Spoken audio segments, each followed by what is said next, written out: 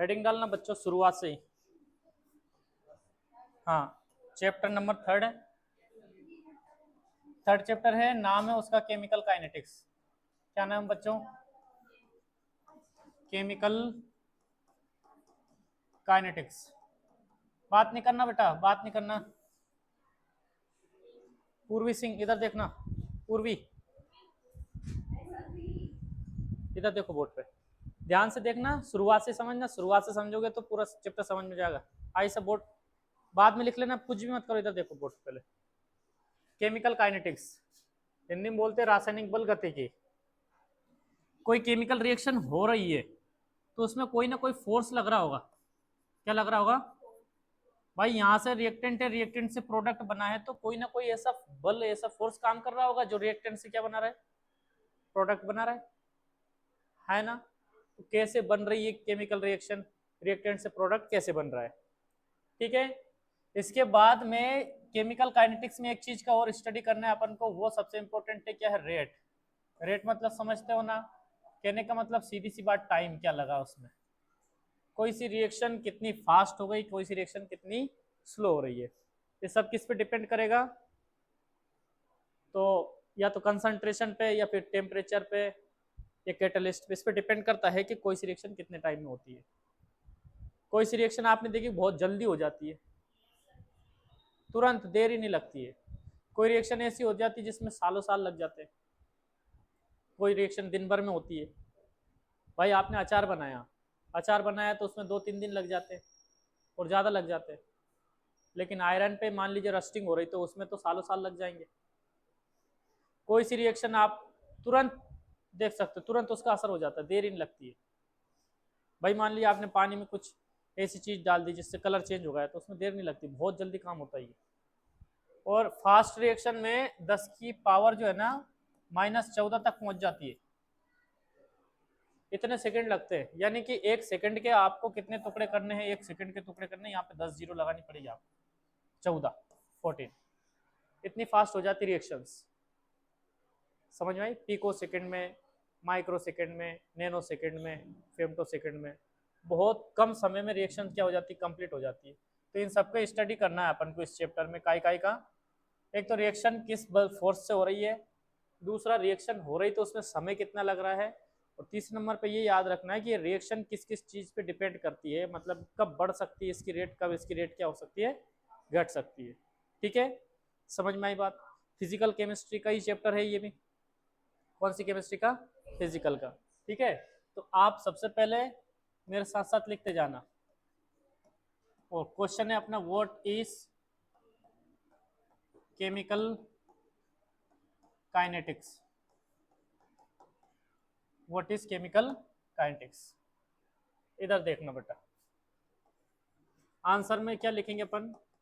The branch of chemistry, the branch of chemistry in which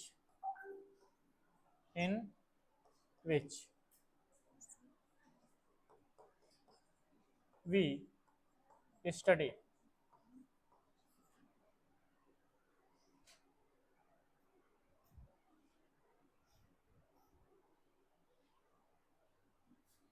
about the rate of reaction, rate of reaction. Rate of reaction का मतलब क्या होता है बच्चों? के रिएक्शन कितने टाइम में कंप्लीट हो रही है। ठीक है, रेट ऑफ रिएक्शन के बाद में कॉमा लगा लिखेंगे factors, factors affect, factors affect, factors affect the rate of reaction, factors affect the rate of reaction, the rate of reaction and the mechanism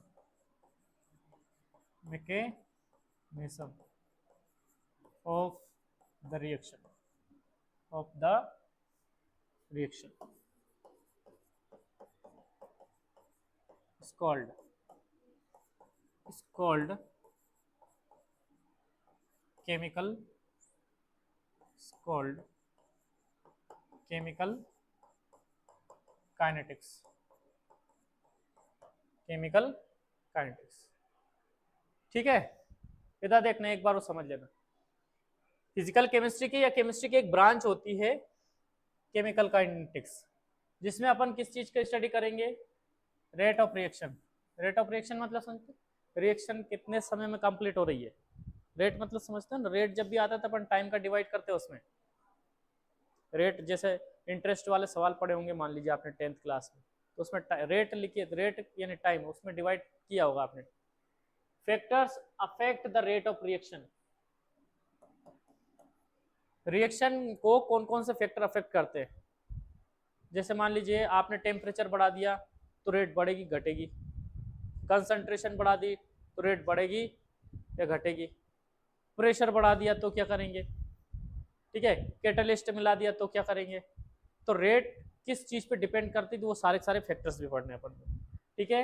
और एक और पढ़ना है आपको, mechanism of the reaction. Reaction एक स्टेप में कंप्लीट हो रही है कि 2 स्टेप में कंप्लीट हो रही है, उसके लिए थ्रेशोल्ड एनर्जी कितनी लग रही है, एक्टिवेशन एनर्जी कितनी लग रही है। भाई रिएक्टेंट से प्रोडक्ट बनेगा तो कोई ना कोई ऐसा फोर्स जरूर काम करेगा जो प्रोडक्ट बनाएगा उसे, यही बोला था मैंने। तो इसी फोर्स के बारे में, इसी एक्टिवेशन एनर्जी के बारे में अपन को क्या करनी है, इस चैप्टर में पूरे में डिस्कस करनी है, ठीक है। ज्यादा बड़ा चैप्टर नहीं है, छोटा ही है, लेकिन बहुत अच्छा है, न्यूमेरिकल भी है इसमें, ठीक है। नोट करो।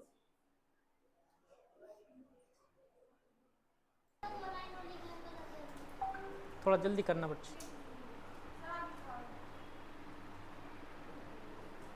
अलग पेज में लिखेंगे, उसमें से लिख लेगी अपेक्षा।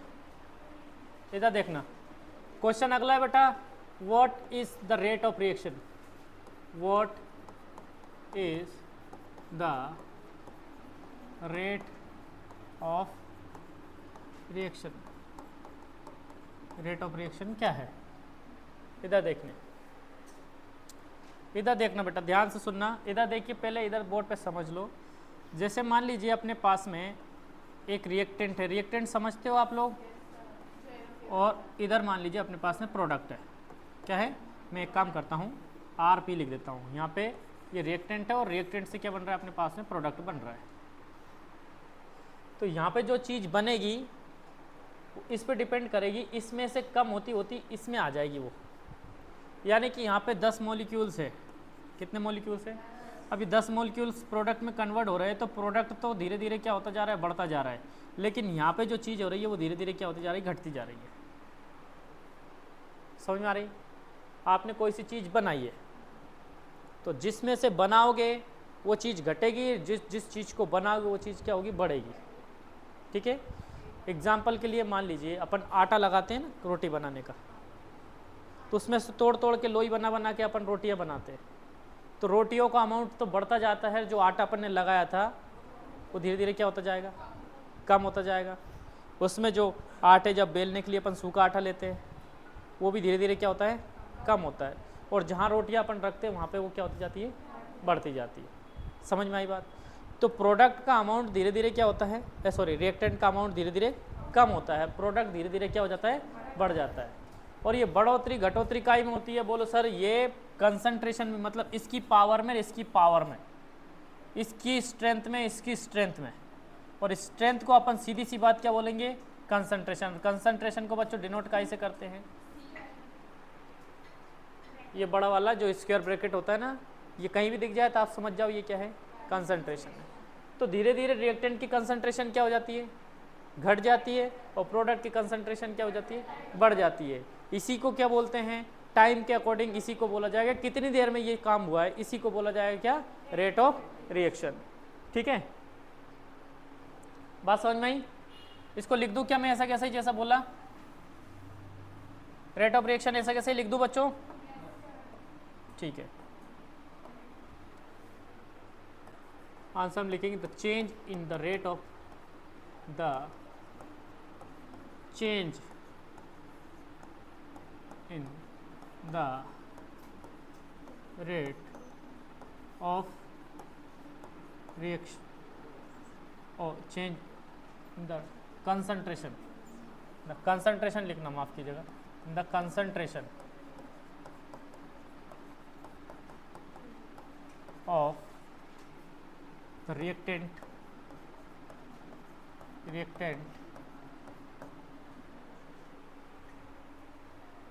एंड प्रोडक्ट, दोनों की कंसंट्रेशन चेंज होगी क्या? कहो हाँ, एक की बढ़ेगी एक की घट रही, तो चेंज तो दोनों की हो रही ना, रिएक्टेंट की और प्रोडक्ट की। इन अ रिएक्शन, एक रिएक्शन में, accordance to time is called rate of reaction, is called the rate of reaction,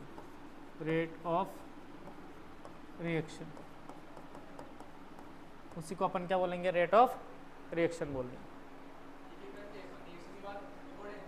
हाँ, according to time is called the rate of reaction. कहाँ गई थी? सो गई थी 4 बजे, 5 बजे, 3 बजे, फिर कितनी बजे उठी? 5:10 पे। चलो अच्छा हो, ठीक है। इधर देखिए, इधर देखना बेटा, इधर देखना सभी, इसको डिनोट का इसे करना है, ये और देख लो, it is denoted by R लिखना है। क्या लिखना है? आर। इधर देखिए, अब रिएक्टेंट की कंसंट्रेशन क्या होती है बच्चों? रिएक्टेंट क्या लिखा यहाँ पे? रिएक्टेंट की, और ये स्क्वायर ब्रैकेट लगा दिया, मतलब क्या हो गया? कंसंट्रेशन हो गई। तो रिएक्टेंट की कंसंट्रेशन तो क्या हो रही है? बोलो सर, बढ़ रही है। क्या हो रही है? बढ़ रही है टाइम के अकॉर्डिंग। और प्रोडक्ट लिखा अपन ने, प्रोडक्ट में अपन ने क्या लगा दिया? स्क्वायर ब्रैकेट लगा दिया। तो प्रोडक्ट की कंसंट्रेशन धीरे धीरे क्या हो जाती है बच्चों? कम हो जाती है। क्या हो जाती है? हाँ, मतलब एक की बढ़ेगी दूसरी घट जाएगी, दूसरी घटेगी, रिवर्स रिएक्शन हो गई। अगर मान लीजिए, इधर सुनो मेरी बात, ये रिएक्टेंट है, रिएक्टेंट से अपन ने क्या बना है? प्रोडक्ट बना रहे हैं। इधर देखो, पहले इधर देख लो बोर्ड पे, अगर रिएक्टेंट से प्रोडक्ट बन रहा है तो इसकी कंसंट्रेशन क्या हो रही है? घट रही है, इसकी क्या हो रही है? लेकिन मान लीजिए रिवर्सिबल रिएक्शन है, ये रिएक्शन इधर चलने लग गई। अभी मैंने सेल पढ़ाया था ना पिछले चैप्टर में, सेल पढ़ाए थे, तो रिवर्स रिएक्शन करी थी लेड स्टोरेज बैटरी में। तो अब ये क्या होगा? ये इसके लिए रिएक्टेंट का काम करने लग जाएगा, ये क्या का काम करने लग जाएगा? प्रोडक्ट का। समझ में आई बात? तो रिवर्सिबल रिएक्शन में एक्सचेंज हो सकते हैं, इधर उधर हो सकते हैं, लेकिन रेट दोनों की चेंज होगी, एक की बढ़ेगी दूसरी की 100% घटेगी, एक की घटेगी तो बढ़ेगी, एक की बढ़ेगी तो दूसरे की घटेगी, ये याद रखना है। ठीक है, इसको नोट करो, फिर इसी में अपन को आगे बढ़ना है, रेट लो लिखेंगे।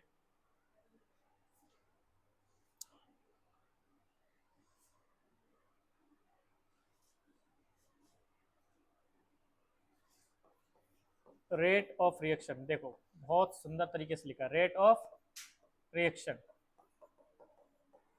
फॉर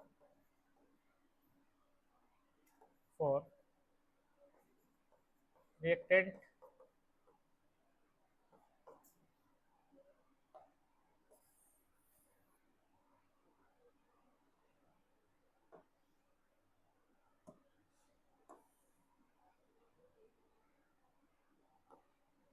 प्रोडक्ट, किसके लिए ले लेते हैं यहाँ पे? प्रोडक्ट, बराबर -1/n d concentration r on dt। यहाँ हो जाएगा r = 1/n, ये प्लस में आएगा बेटा, d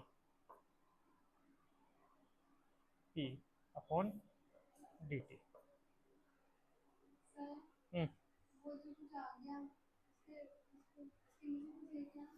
किसके नीचे? इसको मैं हटा देती हूँ।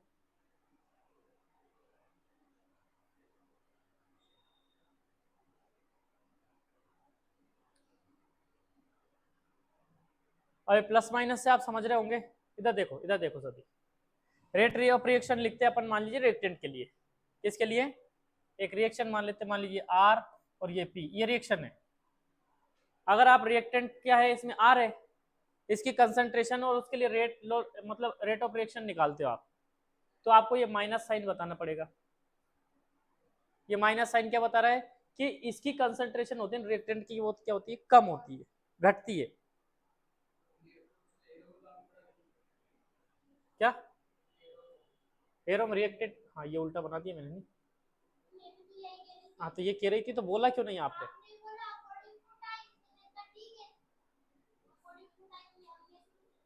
अच्छा सुननी पड़ी तो वही बोलना चाहिए ना, जब कंफ्यूजन हो रही।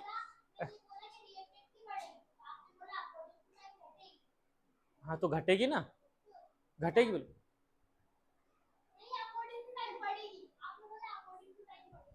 देखो अभी ठीक है कि नहीं ये बताओ, अभी ठीक है ना। रिएक्टेंट की कंसंट्रेशन टाइम के अकॉर्डिंग क्या होती है, घटती है, और प्रोडक्ट की क्या होती है, ठीक है। वो एरो गलत बन गया होगा, लेकिन मैंने बोला तो शुरुआत से यही ना, कोई बात नहीं। अब देखिए, अब मैंने यहाँ पे माइनस साइन लगाया नहीं, माइनस साइन क्या बताया कि रिएक्शन जो रिएक्टेंट की कंसंट्रेशन, ये स्क्वायर ब्रैकेट क्या बताता है, ये कंसंट्रेशन है, ये कंसंट्रेशन क्या होती है, घटती है, ये माइनस साइन बता रहा है। प्रोडक्ट की कंसंट्रेशन क्या बता रहा है, प्लस बता रहा है, यानी कि इसकी कंसंट्रेशन टाइम के अकॉर्डिंग बढ़ेगी, ठीक है। हाँ लिख लो। इसके बाद में यहाँ पे कौन सी चीज क्या क्या है, एन क्या है, ये सब आपको बताना है। मैं लिख देता हूँ यहाँ पे D R, change in the concentration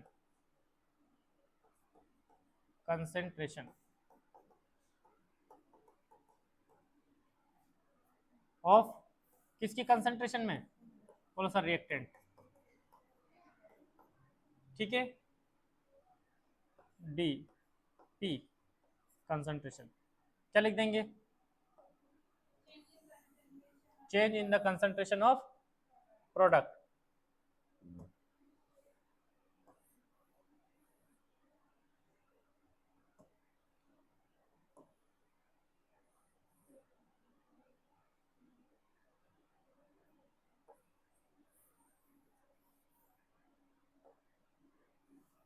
सीधा क्या लिख देंगे, प्रोडक्ट,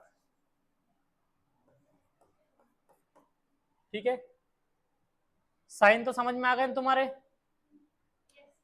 डी टी क्या है बेटा, हाँ टाइम इंटरवल या चेंज इन टाइम, शाबाश, चेंज इन टाइम, टाइम में चेंज जो आया। इसके बाद में जो एन है ये क्या है, स्टिक्योमेट्री क्वेशेंट है,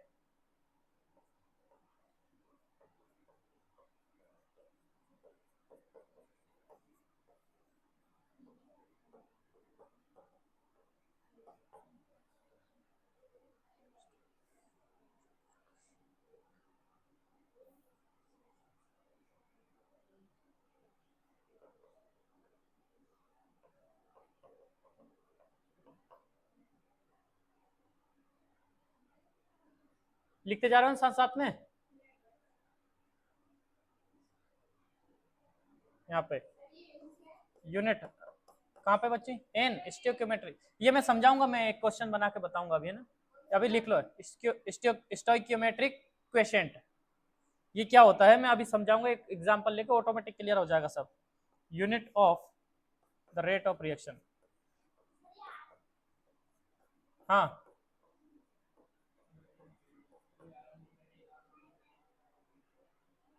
अब इधर देखिए, इधर देखिए सभी बच्चे, इधर देखिए, अपन को यूनिट निकालनी है, क्या निकालनी है, यूनिट। आप है ना, अगर मैं लिख देता हूं, अगर आप भूल जाओ तो ये क्या दे रखी है ऊपर, कंसंट्रेशन दे रखी है।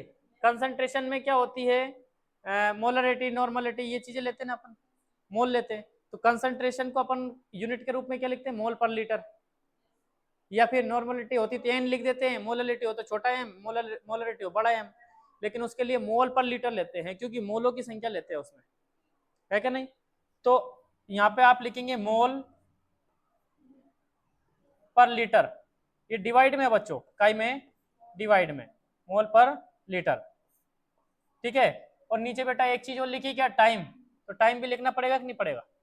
इन दोनों को जब अपन ऊपर ले जाएंगे तो मोल तो ऐसा कैसे ही रह जाएगा, और लीटर काई में जाएगा बेटा इनवर्स में, और टाइम भी काई में जाएगा, इनवर्स में। अब टाइम समय में हो सकता है, सेकंड में हो सकता है, दिन में भी हो सकता है, साल में भी हो सकता है।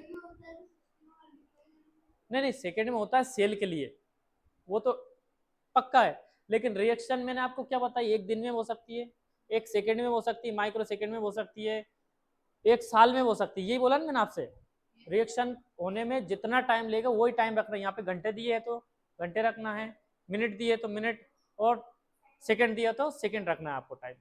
ठीक है, इसको नोट करो, फिर अपन एक एग्जाम्पल से समझते हैं और भी अच्छे से।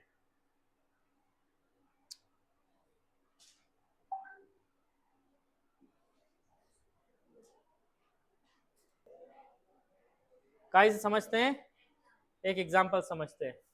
देखिए क्वेश्चन है, मान लीजिए अपने पास में, उसको एग्जाम्पल लिख लेते हैं। Right the rate of reaction, right the rate of reaction for the following reaction. हाँ, फॉर द फॉलोइंग रिएक्शन, ये क्वेश्चन है, मतलब एक एग्जाम्पल सही, फॉलोइंग रिएक्शन। ठीक है, और रिएक्शन दे रखी बेटा आपको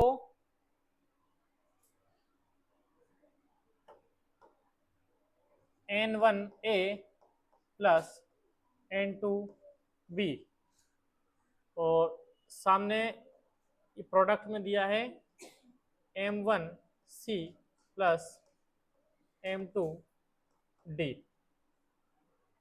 ठीक है, एक ही बार में समझ लेना, एक ही बार में, आपको लिखना नहीं है, बोर्ड पे देखना है, क्योंकि अगला जो क्वेश्चन आएगा ना, वो क्वेश्चन कैसे बनेगा वो देखना है। ठीक है, अपन ने रेट ऑफ रिएक्शन जो लिखी थी, उसमें जब रेट ऑफ रिएक्शन लिखी थी तो रिएक्टेंट जितने भी थे, रिएक्टेंट में अपन ने एक माइनस साइन लगाया था, और प्रोडक्ट में क्या लगाया था बच्चों, प्लस। प्लस का साइन लगाओ तो लगाओ, नहीं लगाओ तो मत लगाओ, लेकिन केमिस्ट्री है लगा देना। ठीक है, लेकिन रिएक्टेंट के पहले आपको क्या लगाना है, माइनस साइन लगाना है। ठीक है, बोलो हाँ सर। अब इसको अपन सॉल्व करते, देखिए यहाँ पे क्या बोल रखा है कि ये जो एन है वो स्टिक्योमेट्रिक क्वेशेंट है। स्टिक्योमेट्रिक क्वेशेंट का मतलब, जैसे बच्चों यहाँ पे लिखा N2 प्लस 3H2, क्या लिखा है 3H2, और 2NH3 लिख दिया यहाँ पे। तो ये नाइट्रोजन और ये हाइड्रोजन या और ये अमोनिया, ये तीनों तो क्या हो गए, बोलो सर, ये दो तो रिएक्टेंट और ये प्रोडक्ट। लेकिन इसके पहले जो ये नंबर लिखे ना बेटा, ये 2 और 3, इन नंबर को क्या बोलेंगे, बोलो सर, यही एन है, यही क्या है एन। यहाँ पे एन की जगह आपको क्या लिखना है, तो बोलो सर रिएक्शन में ये 2 3 5 6 10 जितने भी नंबर दे रखे हैं ना, उन नंबर्स को आपको क्या करना है, लिखना है। समझ में आई बात। जैसे ये रिएक्शन है, इसके लिए लिखूं मैं, तो इसके लिए लिखूं तो यहाँ पे क्या आ जाएगा, यहाँ पे तो कुछ भी नहीं है इसके पहले, तो इसको तो कुछ लिखना ही नहीं, एन का वैल्यू, तो अपन डायरेक्ट क्या लिखेंगे, DN2। बच्ची 1 लिखो या नहीं लिखो, उससे कोई फर्क पड़ता है क्या, तुम ही बताओ। इसमें 1 का मल्टीप्लाई कर दो या 1 का डिवाइड कर दो, कोई फर्क पड़ेगा क्या, नहीं पड़ेगा, नहीं। तो 1 लिखने की कोई जरूरत नहीं है। अच्छा, इसके लिए लिखें, देखो ये माइनस साइन आएगा कि नहीं आएगा, इसके लिए लिखें तो यहाँ पे तो स्टोइकियोमेट्रिक क्वेश्चन दे रखा कितना 3, तो माइनस लगाएंगे, बराबर लगा माइनस लगाएंगे 1/3, क्या लगाएंगे 1/3, एन का वैल्यू कितना 3 दिखी गया अपन को, और रिएक्टेंट है इसलिए क्या लगा दिया माइनस। यहाँ पे लिख दिया अपन ने H2, ये रिएक्टेंट है ना इसलिए माइनस लगा, नीचे क्या लगा दिया DT। टाइम का वैल्यू दिया होता टाइम भी लगा देते थे। यहाँ पे नियम में मैं आपको क्या बोल रहा हूँ, यहाँ में आपको बराबर लगाना है, तभी जाके आप सवाल सोल्व कर पाओगे।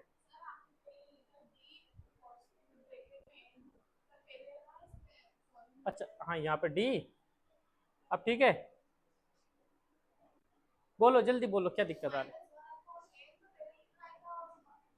1/n की जगह 1/3 लिख दिया, इधर वाला ये 1/1 लिखना है, इसमें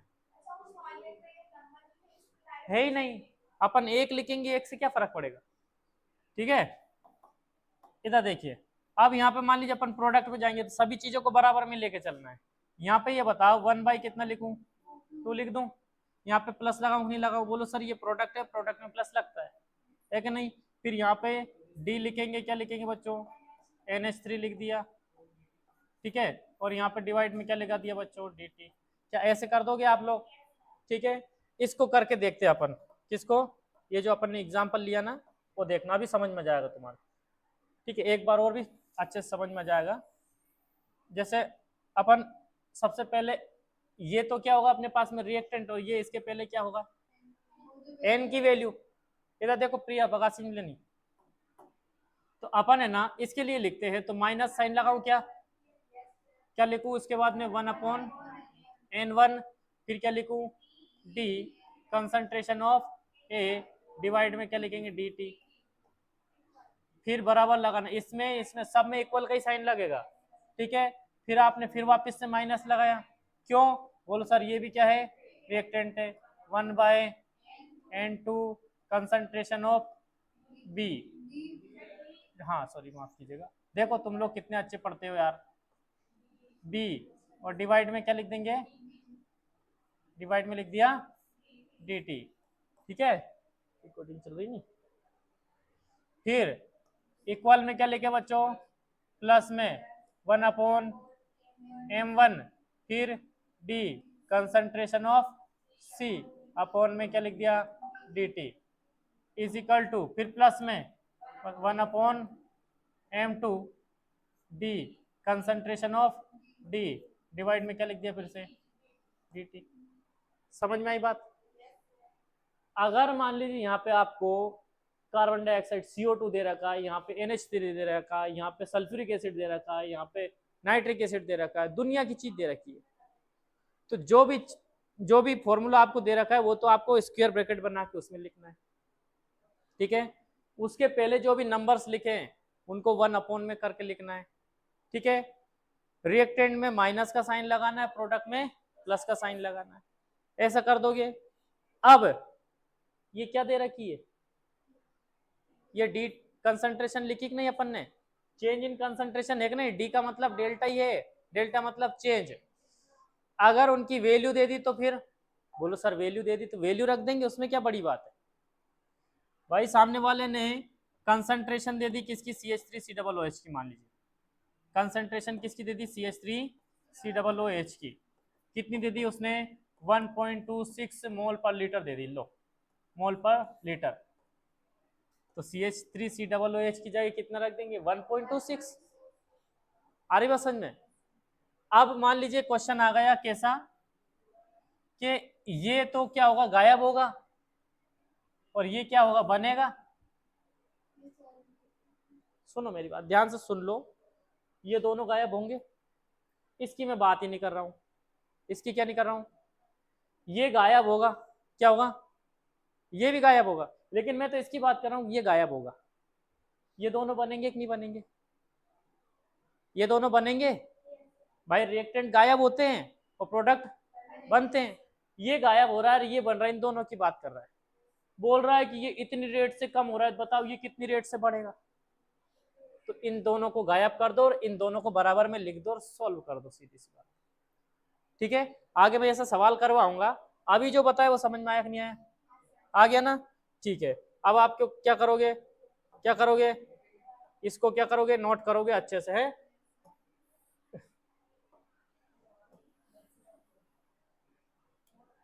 नोट कर लो। इसके बाद अपन एक सवाल करते हैं, उस सवाल से देखते हैं आता है कि नहीं आता है।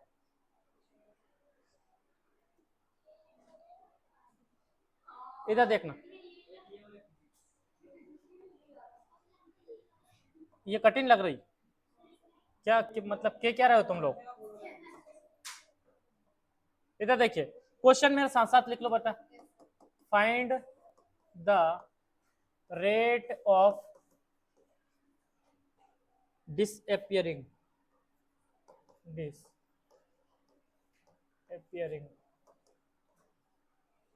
of H2